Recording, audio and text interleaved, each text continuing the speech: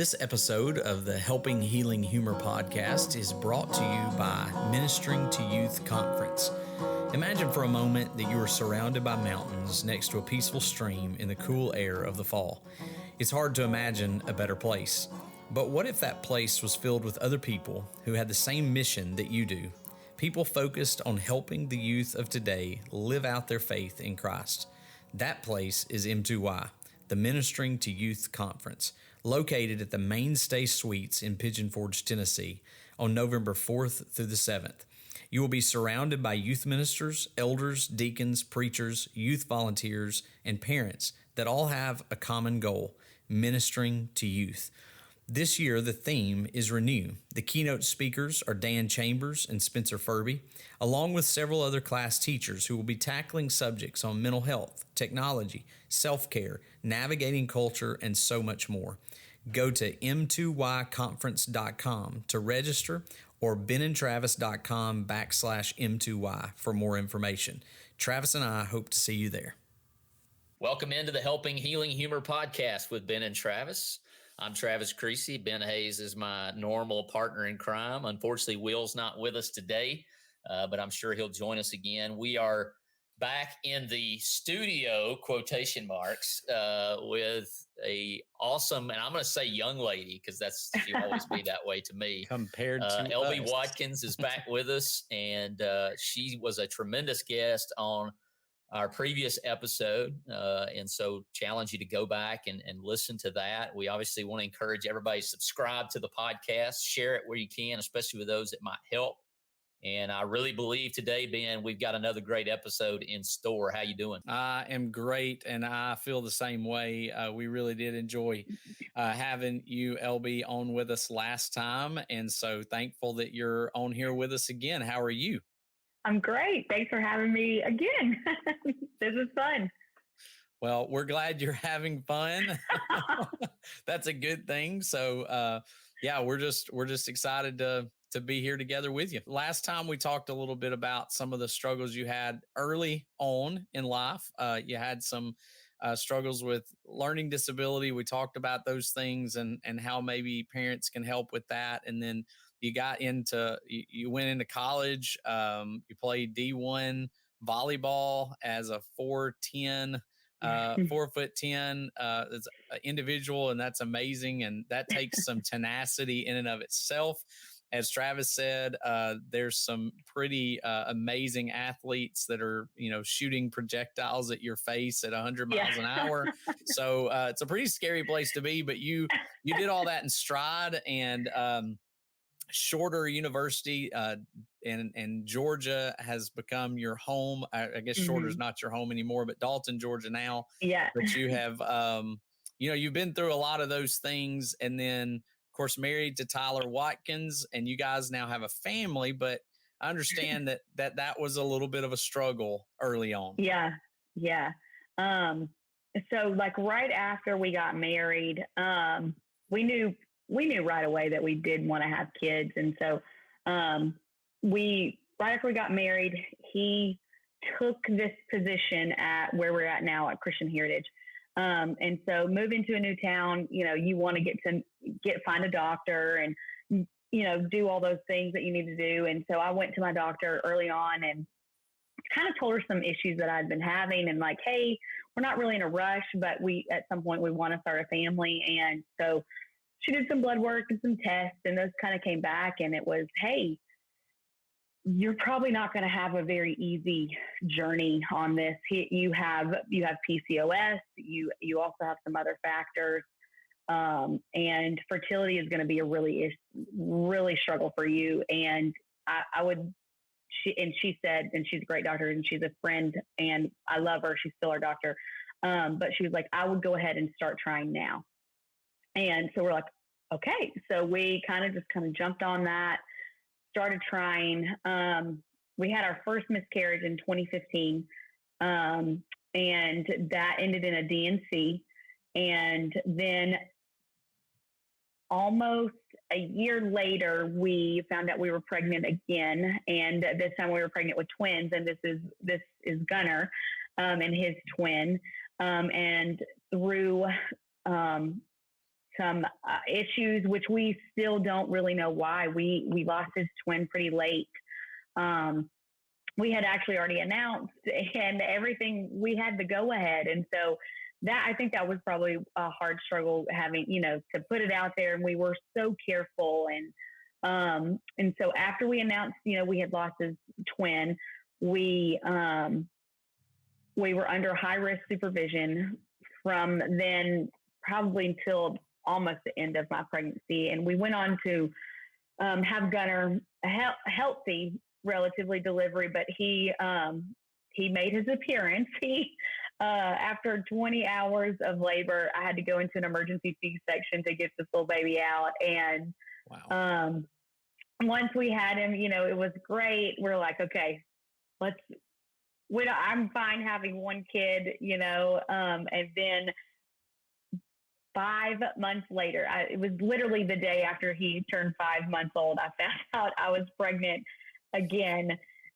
Such a miracle within itself, but it was a shock. I was in utter depression. I was still grieving the previous losses of what we experienced and what we went through. And then just panic and anxiety kind of came over, like, oh my gosh, we just went through this. Am I going to have to go to a doctor's appointment every week? Like, what is this baby going to be healthy? What's going on? And so when we went to the first doctor's visit, it's funny because I was already 10 weeks along and had no idea. And so I went to school, and a great friend of ours, their names are the LaBoys. Albert LaBoy is a fantastic human being. And we were talking with him. He's a great prayer warrior for us. And he said, and he was praying over me at that moment. And then after, he just looked at me and said, you know what, LB? He said, God just told me this, that he gave you your twin back with this precious new baby. And that was before we knew that it was Rowan and it was a girl. And he just said, I really think God's moving in your life. He said, I really think this is the opportunity. And so through doctor's appointments and all that, she was supposed to come late September. And I had a really bad fall in our garage here and went into labor early with Rowan. So 16 days after Gunnar's first birthday, we had precious Princess Rowan show up with us. And so they're 12 months apart, and we basically treat them like twins anyway. So I think God's hand was at work with all of this, giving us our completed family at this point, and just seeing them grow is wonderful. There's such joys. Do they drive me crazy sometimes? Yes, but all in all, finally getting to see God's hand and his whole complete vision for us was really cool to kind of witness that. But man, infertility is a huge struggle. And I really feel like it is talked about a little bit more, but it's still not something that people really dive into or really even know how to dive into or even talk to other people about. Kind of like when you lose a parent or someone dies, the people that lost someone feel like people not necessarily exclude them, but people don't know how to respond or react, and so I feel like people just kind of shut off and don't talk about it because they don't want to upset anyone talking about it. But I feel like I've always been somewhat open just because I don't want people to go through those struggles alone. And I want to be able to answer questions as best as I can and help those people in times of grief, because it's hard grieving for someone that you've never met, that you've prayed for, that you've wanted. And we lost 3. So we've had 3 losses, but it's definitely an emotional but a spiritual roller coaster too, because there are times where you're mad at God. Why are you doing this? Why is this in your plan for me? I'm not capable of handling this. I got 2 things on that, and it goes into what you're saying. First of all, I think of like my grandparents' age. I know that my grandma Creasy on my dad's side, they lost a child, and I think it was actually after it had been born. But I just think about how many of those people for generations that have dealt with that grief without any way of really expressing that, and not even having the stuff that we have today. And I agree completely. I mean, it's just something that is uncomfortable, so therefore we stay away from it. But we have a God who invites our vulnerability. And I think the second thing is going back to your prayer warrior you were talking about. What was that like to have someone like that in this time of need? Because I think, man, that's such a big deal that somebody would know what you guys are going through and care enough to be involved at that level. I think it was just comforting because at times I didn't feel like I had the strength to pray or even wanted to pray or even be near God, because I was angry. I was upset. I was mad. And it was just like, well, how can I even talk to you at this point? But it was really good knowing that I had those prayer people around me, praying for me, uplifting me, kind of pulling me out of these dark times without necessarily saying, hey, you're in this dark path. Let's get out. Everything's going to be better. You know, God has a plan. Sometimes you don't want to hear that. Sometimes you kind of want to revel in your sadness and grief, and people deal with grief differently. And for me, I was not necessarily super open at the time, but I wasn't completely shut off. It was just kind of, I'm not going to deal with it today. But as people prayed for me more and more, or, you know, they would just come up, hey, how you doing today? Kind of just little things like that. Didn't want to, you know, they didn't need a long answer. It was just, I'm okay today, or I'm not good today, but I'm here. And to know that they were going back and then praying, you know, for me, kind of helped me pull me out of those dark days. And especially, you know, Mr. LeBoy, even now, you know, he'll just come up and we work together, which is fun too. But, you know, he'll just say, hey, I just really felt in my heart I needed to pray for you today. And I just want you to know, I'm praying for you. Is there anything specific? And just to have someone who's really, you know, in tune with people like that, to be a prayer person is phenomenal. Like, I struggle with being a super good prayer warrior just because I don't like to pray, you know, out loud at the dinner table with my own family. And so just to kind of get real vulnerable with God and pray for other people when it's hard enough to pray for myself is hard. So having someone to do that for you and to kind of help you work through some of those things, it's wonderful. It's freeing almost, because you can almost,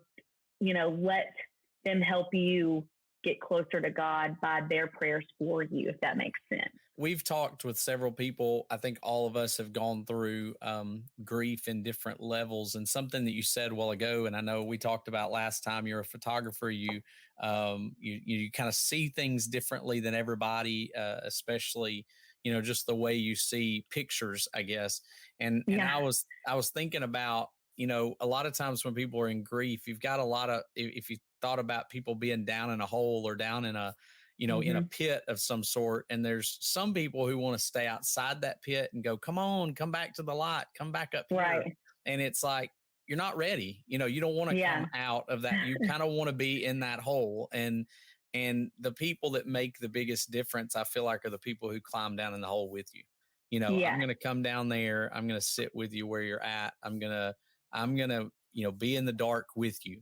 And then over time, we'll start walking out of the hole together. So many times people are just uncomfortable with the dark part of it, you know, uncomfortable with being angry with God. And I've always said, God's big enough to handle our anger. He gave it to us. So, you know, he's able to handle that. Family devotional time, fulfilling, organized, fun. Hear, O Israel, the Lord our God, the Lord is one. Love the Lord your God with all your heart, and with all your soul, with all your strength. These commandments that I give you today are to be on your hearts. Impress them on your children. Talk about them when you sit at home and when you walk along the road, when you lie down and when you get up. Tie them as symbols on your hands and bind them on your foreheads. Write them on the door frames of your houses and on your gates. Moses' words in Deuteronomy 6:4-8 to the children of Israel in the speech that closed out not only his ministry, but also his life, can be overwhelming at times and make us as parents feel like we could be doing more to disciple our children. In the fast-paced life that we live, we're usually just happy if everyone makes it out the door, with their shoes on the correct feet. Planning and executing a family devotional time can seem out of reach. We're here to help. The Helping Healing Humor podcast has a tool to help you plan, organize, and execute a fulfilling and fun family devotional time for every member of your family, from toddler to teen. As a member of the Ben and Travis Patreon community, you will have access to tons of content at a small price that will help you grow your spiritual life, disciple your family, or even lead a small group Bible study. Patreon membership fees will help our podcast continue to be better and support the cost of creating and publishing the content that our Helping Healing Humor community has enjoyed. Go to www.patreon.com/Ben and Travis to sign up. Hit the link in the show notes for this month's special offer. You know, we mentioned last time you are the daughter of Lonnie Jones, and of course, if he's ever been protective of you, I know he is about 100 times more protective of Gunnar and Rowan, and he loves those kids dearly, and just revels in the fact that he's got those grandbabies now. So yes. But you know, that was also a struggle that we talked about. You know, your dad had a health scare. And where was the time frame on it? And I was a sophomore in college, so I had just transferred from Troy over to Shorter, and it was in January. So I wasn't quite through with. We had just started second semester, really, and I got a phone call from my mom in the middle. I think it was 9 or 10 o'clock in the morning, which is very abnormal. To receive a phone call, because she's a full-time school teacher, and you don't call mom unless there's an emergency, and she sure as heck does not call you until 4 or 5 o'clock. And I'm in Georgia, so the time difference, I'm already an hour ahead. So it was like, what? Maybe this is a butt dial, and I almost didn't answer it. And I was sitting in an art lectureship, and so I remember looking at my phone like, oh, I might need to take this. So I walk out of the dark room because, he's presenting slides on art something. I don't even know at this point. And I walk out and I was like, hey, what, Mom? Did you mean to call? And she's like, so, which is crazy because, I mean, y'all know Mom. She's pretty even keel. She doesn't really get worked up. But for something like this, she was scary chill. It was, it was just hey, your dad has had an accident. I'm not sure that he's going to live. He's in Anniston. You probably need to go and have your last words with him, and you need to get there as quickly as possible. I'm trying to find a sub, and I'll be there as quickly as I can. I may not make it. I love you, but I've got to go. And that was it. Like, I had no other point of reference, nothing. I just remember I was just like, that's a lot to process. Like, I didn't even get to ask, like, wait a minute, what happened? What's going on? Like, it was just, I love you. Goodbye. You got to get there. He's in Anniston, and didn't even know that my grandparents were there, but they were there. But Anniston triggered that because that's where my dad's from. And so I ran out of class, get in my car. I'm driving to my dorm, trying to get all my stuff packed. And I ran into a teammate, and her name's Katie, and we're great friends still to this day. I love her. She's from California, doesn't have a car at this time, doesn't really drive very well, but sees that I'm in a lot of distress. And she's like, hey, and my volleyball team called me Beezy. And she was like, Beezy, what's going on? Like, how can I help? And I'm like, I don't really know. I just know that I need to go try to make it to see my dad. He may not make it. And she's like, well, let me drive you. And I'm like, Katie, you don't even have a license. Like, can you drive me? And she's like, at this point, we'll figure it out. Just get your GPS on. You don't need to drive. You don't need to be alone. Let's go. And so, we hopped in the car and she took me and we did make it. And thankfully he did survive, but, he, his colon exploded, for those who don't know. And he was supposed to be hunting that morning. And I truly believe that if he was hunting, it would be a whole different ball game right now. But he decided to go ahead and go on to Anniston, and he stopped at this little gun shop. Of course he did stop at a gun shop. And that's when it kind of happened, but he drove himself to the hospital. And the little old ladies there were just like, if you can spell your name, you know, we're going to take you back. You look that bad. And so I just think, you know, God's hand over everybody that day was great. But even in that was really hard for me. And, you know, early adulthood, I think I was probably 19 at the time. So still in my teens.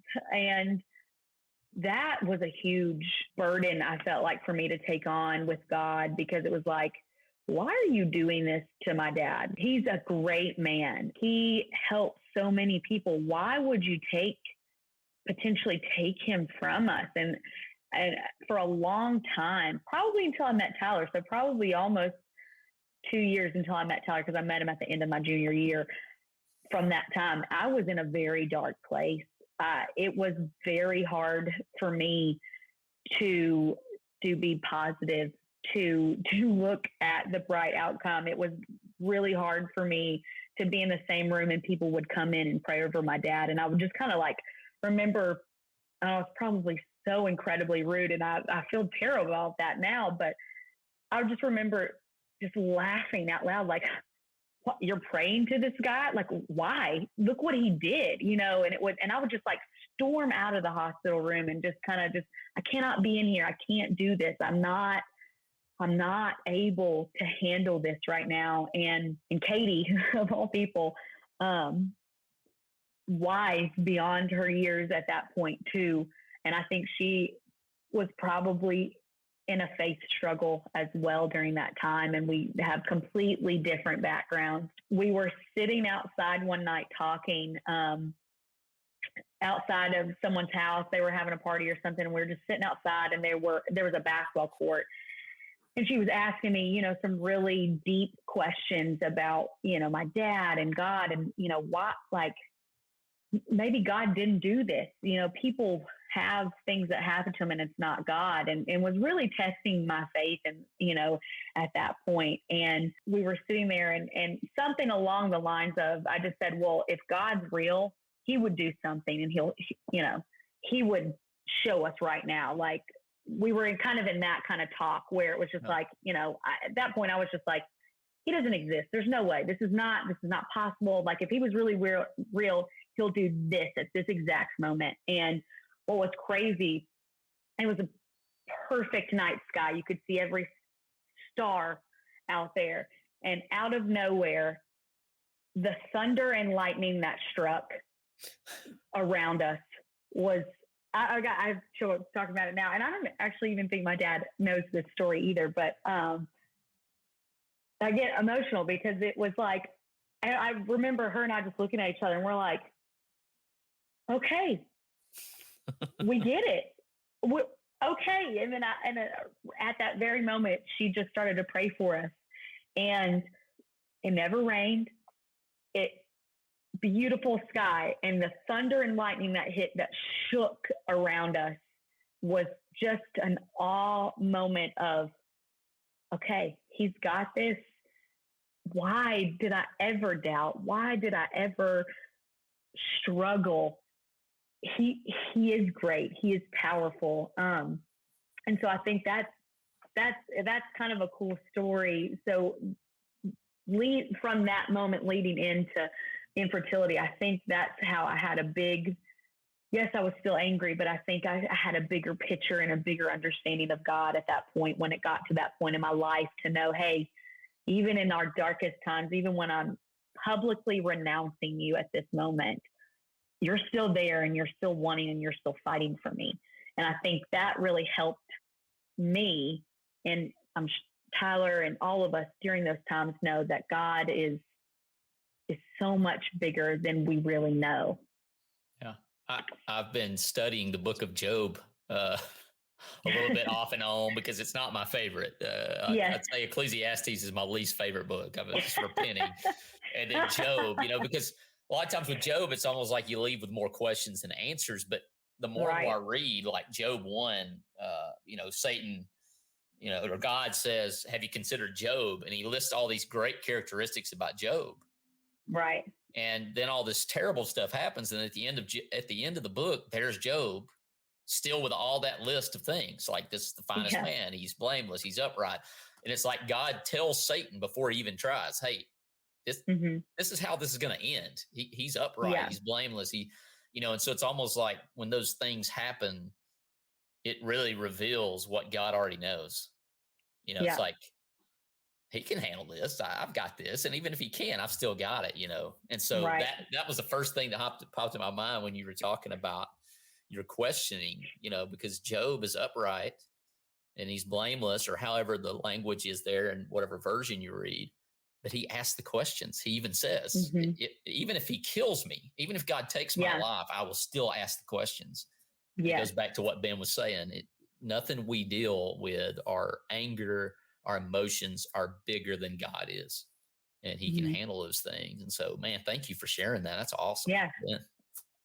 Yeah. And so, when I think about Hebrews, the end of Hebrews 11 with the faith, and I've mentioned this on several occasions, probably mentioned it on the podcast, but a lot of times we think of faith getting us through and everybody winning the battle, David and Goliath and, Joshua and Jericho. And we forget that, at the end of Hebrews 11, there's a lot of people who don't come out physically victorious. There are people who die. There are people who have losses. There are people who go through a lot of things.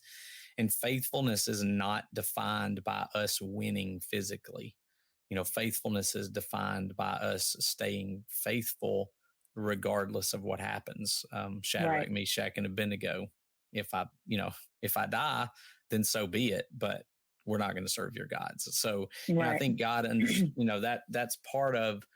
Doesn't mean we can't question. Job questioned, Abraham questioned, David questioned, everybody that we see.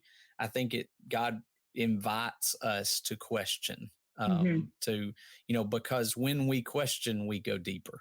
When we question our faith. You mentioned that you don't know how much your faith has changed, but that it's grown deeper as you have, as you've experienced difficult things. It's gotten deeper in your faith towards God. So, what are some things that you might recommend to people who are listening right now, whether it's infertility, whether it's, because we've swung from your own kids, the things that have happened to your kids, which is a terrible and difficult thing to go through, but also it's hard to watch your parents go through things, and health concerns. And I've got some experience with that now too. And so, what would you give to people on any part of that spectrum? Or there's a lot of people who are dealing with things with kids and parents at the same time. What would you say? Back to your point, it's okay to question, and it's okay. I've always felt, and this could be wrong, but I've always, it's okay to be upset, but don't get sucked into it to where you can't get out. Because I almost got too deep where I couldn't get out. And I think you have to have a support system around you, whether it be one person, two people. You just have to have people around you checking in on you, who are genuine about checking in on you and knowing what you're going through. Don't be afraid to open up and say, I'm mad. I hate God at this point, or I'm frustrated at this. Don't hold that back. Don't be scared that they're going to judge you on that. Let them help you through that by praying for you. Or, through my miscarriages, I had a group of moms who kind of went through the same thing as well. And just sometimes it would just be a random day and a text would pop up with a scripture that was just kind of like, oh, that hit home today. Thank you. And there doesn't need to be an explanation. You don't have to have an hour conversation with somebody. It can just literally be a simple text. Hey, thinking of you today. That's it. And if they don't respond, that's fine. If they respond, great. But you don't have to overthink it and think, I have to have all the answers at this point. Sometimes you just need to sit and listen. Even if you have nothing to say at all, just sitting and listening is sometimes kind of the biggest healing for anybody, because it allows them to kind of say some things and process and kind of work through themselves without having any back and forth. My tendency, I'll repent myself here, is to get through the dark as quickly as you possibly can. Let's get through it. And I know counselor sitting over there is probably like, don't do that, right? And so I want to rush everything. And I'm the one like, let's get out of this hole. Let's just get out of this hole. And so then it turns around to people I love and care for, my wife or my kids. Let's get out of that hole. Everything's okay. Everything's fine. Let's move on. And, how many lessons do we miss in that? How much of our relationship with God grows from that? So, I'll just take your challenge and tell whoever's listening to this right now, text that person right now. Yeah. Stop that. You can listen to the podcast and text at the same time. Don't do it when you try, but send that text, send that email right now. If someone, we all know somebody who's going through something. And so, if you try to climb out of that hole too quickly, you find that you drag the hole with you. So, you're taking it everywhere you go instead of sort of processing all the emotions. And that's one of the things they recommend with grief or anything like that you go through is let those emotions all be experienced. Thankful for you and all of y'all's many talents. Like it just, just phenomenal amount of talent, from the photography to just the way y'all's minds work and you see things, and even the non-filter, right? Like I can't tell you how many times I've laughed about the non-filter stories, but thank you for sharing with us. Thank you for sharing with your audience. Welcome. And you're welcome. We're thankful for God's blessings on y'all, and we'll continue to pray for those to continue.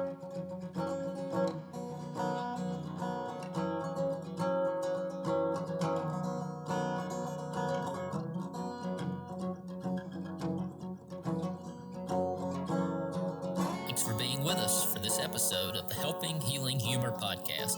Be sure to download our free ebook, 28 Days of Focused Living, at benandtravis.com and receive all of our Helping Healing and Humor extra content directly in your inbox. Until next time, look for us at the same Ben and Travis time, same Ben and Travis channel.